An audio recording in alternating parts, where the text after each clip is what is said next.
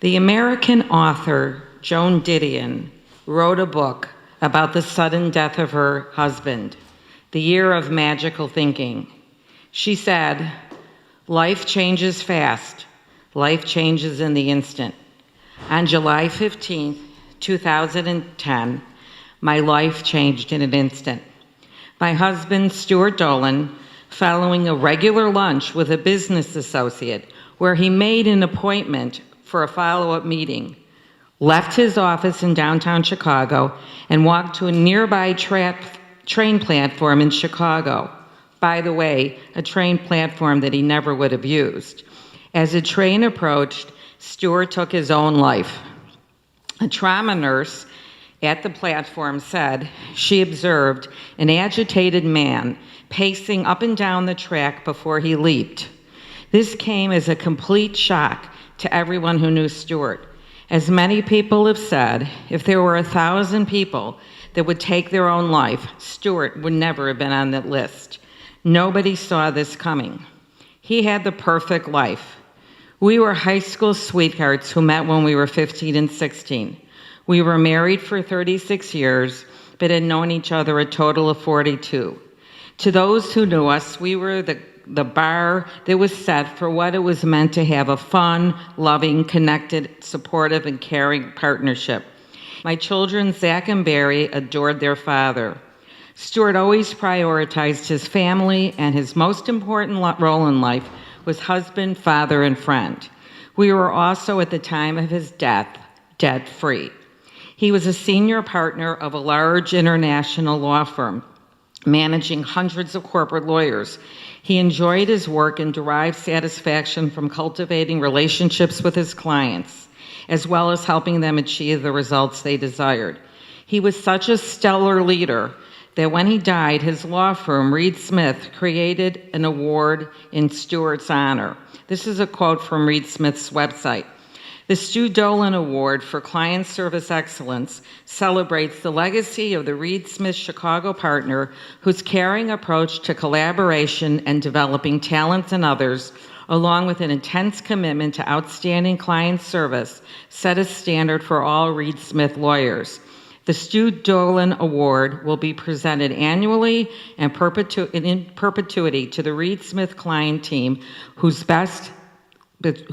performance best exemplifies those characteristics. He was 57 years old. If you asked anyone who knew him, he was laid back and high on life. There was an unbelievable disconnect between how he lived his life, a beautiful man, a beautiful life, the tragedy and the violence of his death. It just didn't make any sense. What happened that led to this horrible, inexplicable, shocking death? In the summer of 2010, Stuart developed some anxiety regarding work. He had no history of mental illness. At my suggestion, I thought he should contact his doctor to get on medication to help him deal with this situational anxiety. He was prescribed generic Paxil paroxetine. Very shortly after starting the generic version of Paxil, his anxiety became worse.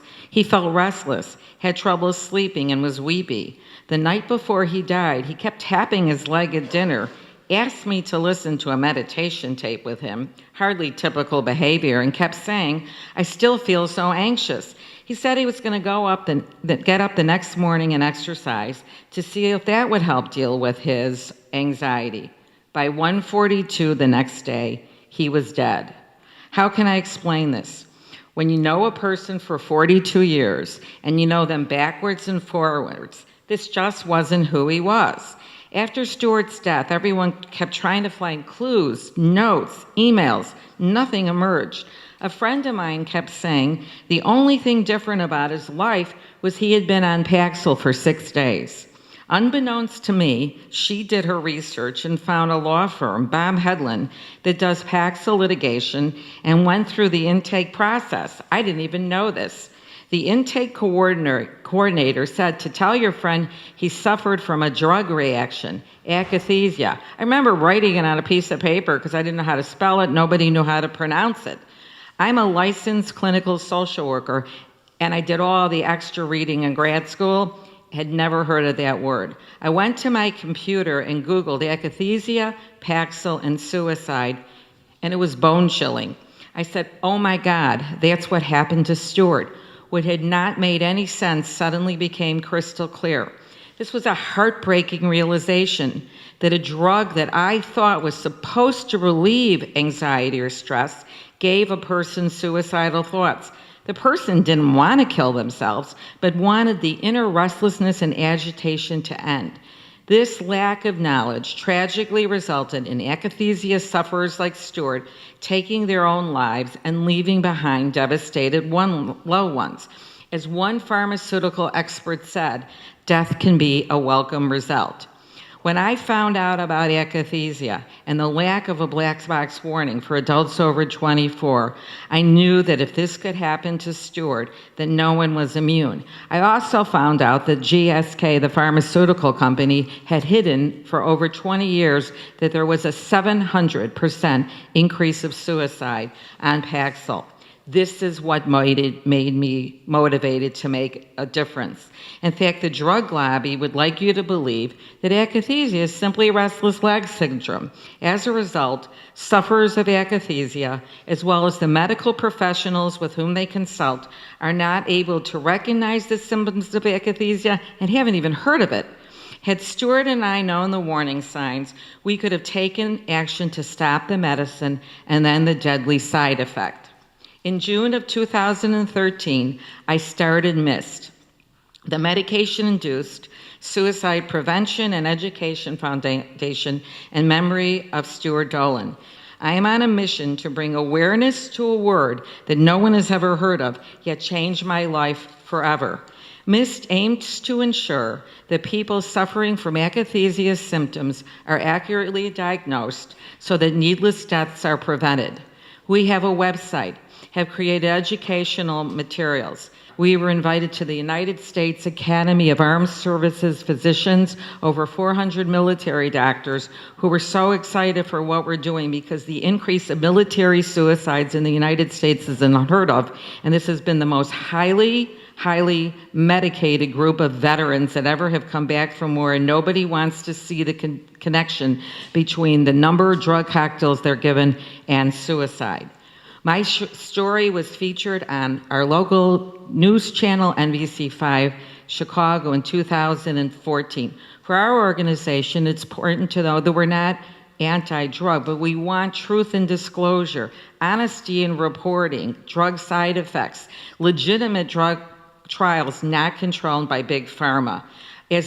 For me personally, as a social worker, I always suggest alternative forms of ways to relieve anxiety, meditation, exercise, healthy eating. My final thoughts is if Stuart is speaking to all of us today. When Stuart was in his first year of law school, he came home from a business law class and was upset. He had learned a phrase in that class, the cost of doing business. And he was disturbed by this concept as a kind and caring human being. He couldn't understand how lives could be lost to achieve profits. I've often thought of that over the last 5 years when thinking of Stuart's death by Paxil and akathisia. Stuart was the cost of doing business. However, it was a huge cost to those of all of us who loved and cherished his life.